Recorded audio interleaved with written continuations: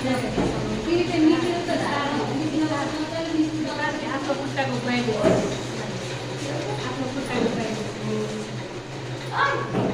चलो गरम गर्नु त्यसले